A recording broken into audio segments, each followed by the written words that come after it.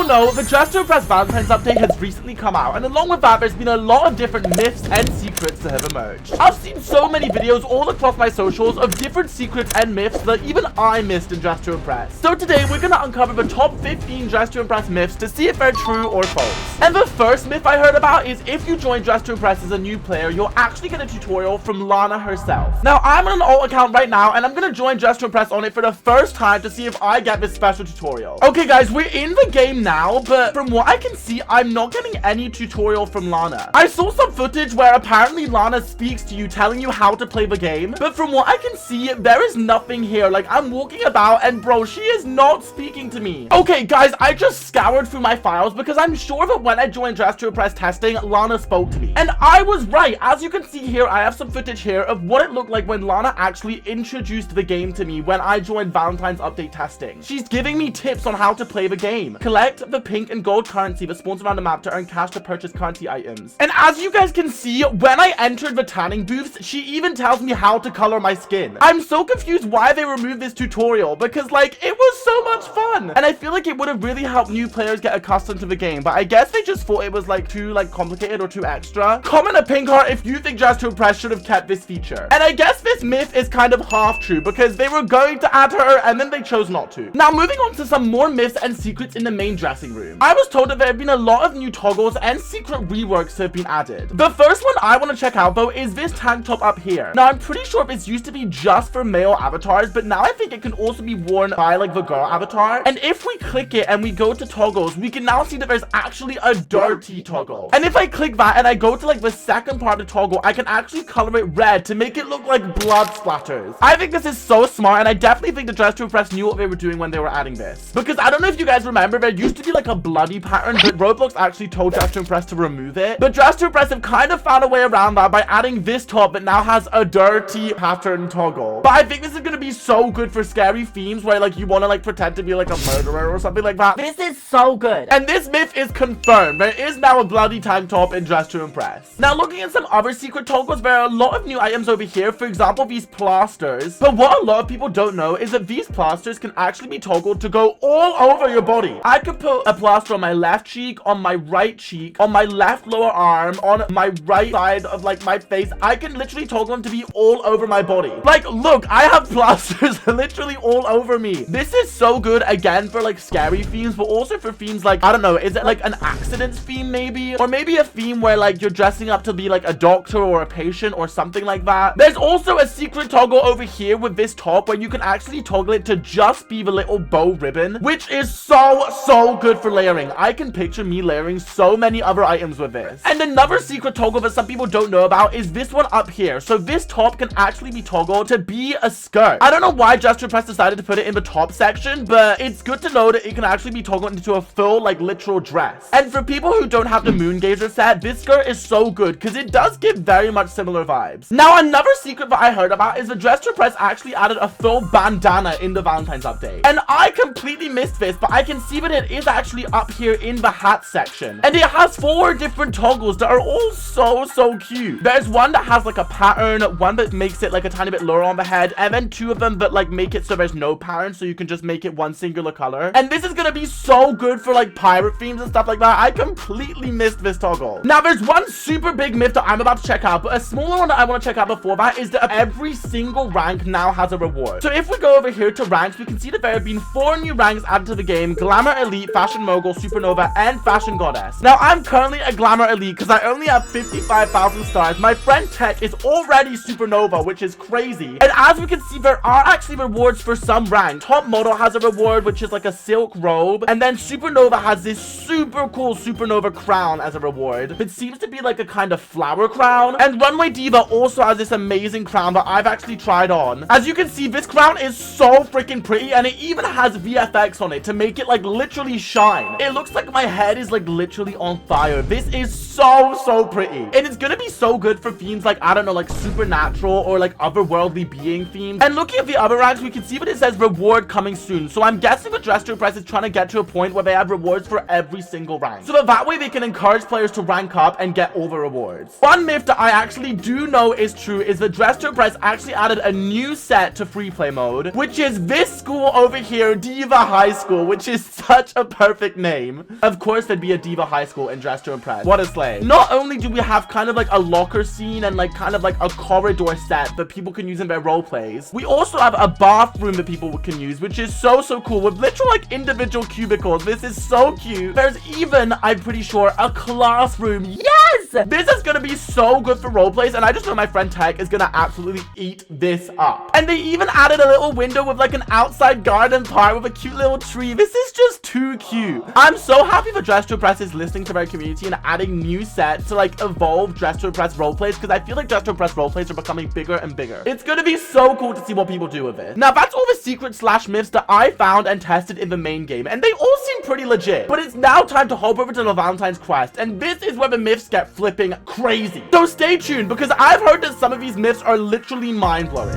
Now, the first myth that I heard about the Valentine's quest is actually in the lobby. There is a secret message hidden somewhere in this lobby. Now, I think it's somewhere in this tunnel. I saw my friend Haley. Oh, yes, Haley found it. Okay, guys, credits to Haley for finding this message. As we can see, it's actually in Morse code, so it's completely coded. But I do have the translation for the code that my friend Haley figured out. It translates to when two worlds collide, the truth is finally revealed. Now, I don't really know what this means. I don't know if it's got something to do with the Lana lore or if it's just the DTI devs trying to scare us. But this myth is confirmed. There is a secret message in the Valentine quest lobby, which is crazy. Now, before we hop into chapter 1 of the Valentine's quest, there is actually another secret in the Valentine's lobby. And that's this door right here that we can actually knock on. This door actually unlocks a secret cutscene that probably a few of you have already seen because I did make a short about it. But if any of you haven't, I'm going to show you guys how to unlock this cutscene in the main game. So this myth is confirmed. Okay, we're in chapter 1 of the Valentine's quest, and already I've heard a myth that apparently there's a secret maze already when we join the lobby. And as we can see, there is actually a little passageway here, but it seems to be blocked by some kind of invisible wall, which is so frustrating. There's also a secret passage over here, but again, it's blocked by this kind of invisible wall, which is so frustrating. So sadly, this myth is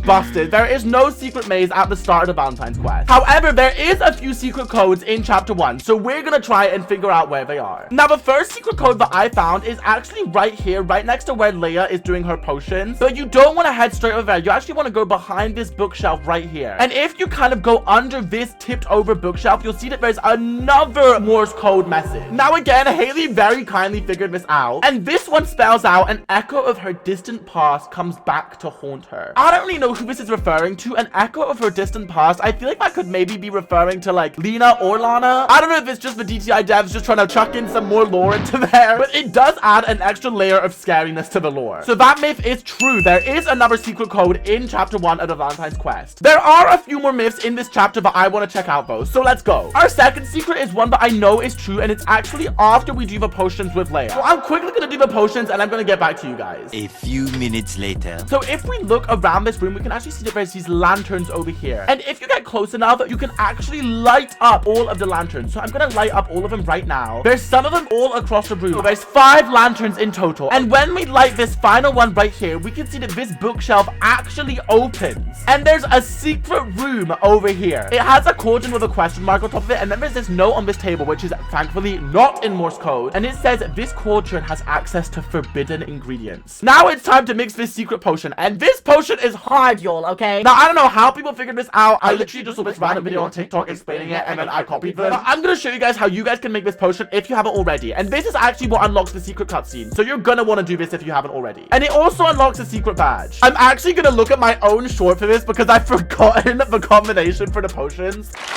Now, the first potion that we need to add into the cauldron is the moonlight one. The second potion is the enchanted water. And the third one is vampire blood. Now, we want to add the ashes of Tartarus next. So let me add that one in. Let me sprinkle some ashes up in there. And lastly, we're going to add the phantom essence. And the unicorn hair. And once you've added all of those ingredients, you want to mix it 3 times. So let's go. 1. It's gone pink, purple, and yes. Okay, and even darker purple. And there you go. If this is the first time you're doing this, you should get a badge, but I've already done this. And I'll show you guys the secret cutscenes a bit later on to see if it's a myth or if it's true. Now, the last myth that I need to discover in chapter 1 is to see if there's actually a secret message in this garden. Now, I saw my friend Haley testing this, and she found one. So surely it's true, right? I think it was over here in these bushes. Yes, I can see it. If you go into these bushes right here, there's another coded message. It's in Morse code, but again, Haley figured it out for us. So creds to Haley. Thank you so much. Now, this one spells out reality cracks, slipping her back into the realm of her beginning. I have no clue what that stands for. Again, I don't know if that's talking about Lena or Lana. We've already completed the quest and we saw that Lena got freed. So maybe it's talking about how like it sent her back to her beginnings because she's been freed. I'm not too sure. Okay, guys, we're in the second part of the quest and we're gonna figure out if there's another secret message somewhere in this map. Now, I think it's supposed to be over here behind one of these kind of like torches. Let's check. Is it? Yes. Okay, here it is, guys. Another coded secret. Again, thankfully, Haley figured this one out for us as well. Now, this one is a pretty long one, but it spells out an eye for an eye was the deal struck to offer the gift of forgetting the falsehood of her existence. It's taking me a second to process those words and what they mean, but I think it's talking about how like to give her an existence she had to like offer something. I have no clue what it's really talking about. I think this one's talking more about Lena and Agamemnon and maybe how like Agamemnon like controls Lena or how she like worships Agamemnon. I'm not too sure, y'all. Let me know what you guys think of all of these secret messages in the comments and if you think they add to the Lana lore or if they're just there to scare us. Okay, we're getting to the end of the myth that I want to try out in chapter 2 of the quest. Now, this one is pretty cryptic and I don't know if it's actually true or not, but apparently there's a little card over here that might be hinting towards some type of new character. Now, we're on this island over here and as we can see, there's a dinner table set and there's a card right here that says Agamemnon. However, there's actually another card hidden on this island. It's one right behind these boxes here and it says L. Now, I don't know what L is hinting at. I don't know if it means Lena or Lana or anyone like that, or maybe hinting towards even a new character that's just called L. Like, I don't know who it's talking about, but it seems super random to just be placed here. And oh, we just kicked it over. Bro, we literally just kicked it across the room. Hello? Oh, okay. I did not mean to do that, y'all. I did not mean to do that. But I don't know. What do you guys think of this mystery placard? Do you think it's hinting towards a new character? Let me know what you guys think in the comments. And now for our last secret. It's over here on this island. Now, this island is absolutely filled with kind of like Greek mythological like statues and stuff. And as we can see, there's actually a lot of paintings all around the map. Now, I'm gonna take a screenshot of this painting and we're gonna reverse image search it and see what comes up. Now, as we can see, there are 53 results of this picture. Now, I'm gonna go over here to this one and the painting is actually called Sacrifice of Iphigenia. And if we look up the meaning behind the sacrifice of Iphigenia, I don't know how to pronounce her name, guys, okay? But we can see on Wikipedia, Iphigenia was the daughter of Agamemnon and Clytemnestra? Girl, I don't know how to pronounce these Greek words. According to the story, Agamemnon committed a mistake and had to sacrifice Iphigenia to Artemis to appease her. There were different versions of the story. According to one side of the story, before Agamemnon could sacrifice her, Artemis saved her and replaced her with a deer on the altar. And we have seen a lot of deers in Dress to Impress before. Kind of like some